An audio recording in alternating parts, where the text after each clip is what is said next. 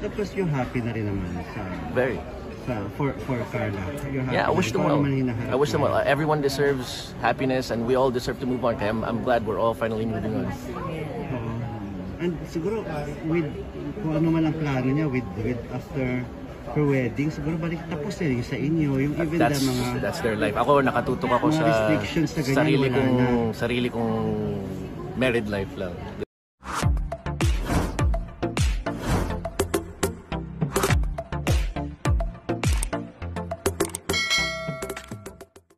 Aktor na si Tom Rodriguez very happy umano sa kanyang dating asawang si Carla Abellana na kamakailan lang ay nag-announce sa publiko tungkol sa pagpapakasal nito sa kanyang non-showbiz partner. Nito ngang nakaraang Biyernes, December 5 ay ginanap ang Grand Media Press Con na movie na On Mary na kasali nga sa Metro Manila Film Festival ngayong 2025. Sa naturang movie ay isa nga ang aktor na si Tom Rodriguez sa mga main cast nito kung saan ay hindi din siya nakaligtas sa tanong ng mga press patungkol sa kanyang naging reaksyon sa pagpapakasal muli ng kanyang dating asawang si Carla Abellana sa non-showbiz partner nito. Agad naman niya itong sinagot ng nakangiti at simpleng sinabi na masaya umano siya para kay Carla Abellana. At nang tanungin naman siya ng press kung masaya na din ba siya sa kanyang buhay may pamilya ngayon ay agad din niya itong sinagot na kontento na din siya kung anong meron siya ngayon. Matatandaan na ikinasal noon sina Carla Abellana at Tom Rodriguez taong 2021 at ilang buwan nga lang ang lumipas ay agad din silang naghiwalay. At nito ngang nakaraang taon ng 2024 nang kumpirmahin ni Carla Abellana na official na silang divorce ng dating asawang si Tom. Sa ngayon ay masaya na sila sa kanya-kanyang buhay matapos ang ilang taon. Of course, no, I said that earlier. I did. Kasi, yun nga, there's a lot of stuff out there about me na, I think some people who are close to me know that are true. So the public perception and the role, baka mag-blur yung line na yun. Pero yun nga, because of the project, sabi ko, why would I, parang sinabi ni Angelica kanina, why would you deny a project na pangihinayangan mo? It's a really good story. And my character is like a piece of like the opposite side of Celine Spain, na kailangan siya for the story.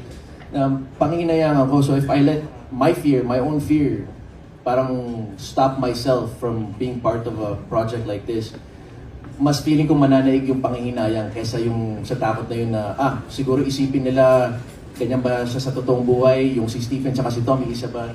I had to separate that because I know for myself and my loved ones that that's not the truth. This is a role and it's a beautiful story and I was very excited to take it on. I'm sorry.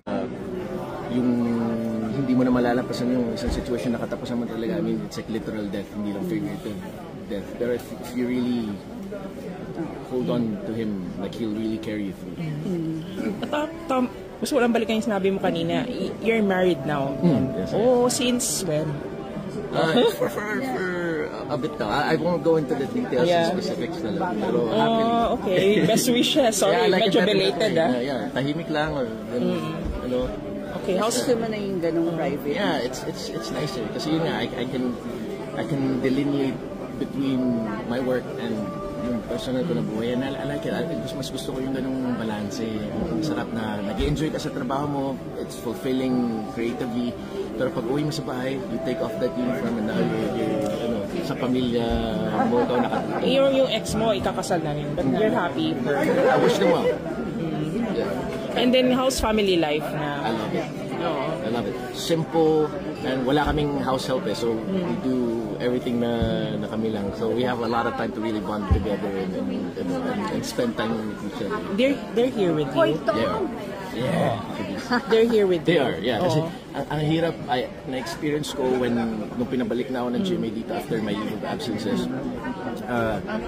na hindi ko pa sila kasama and I don't know how our OFWs do it because when I got to try it for just a few months, ang hirap. Kaya mas pinipili namin na ayaw na namin na magkahiwalay pa kahit sandali lang. Okay na siguro yung magte-take.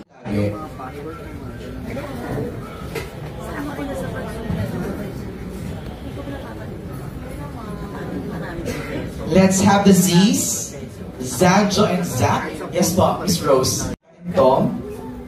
And then Zanjo and Zach. Of course. pera. Thank you. Let's have Angelica and Tom lang po muna. Nag-layout ako.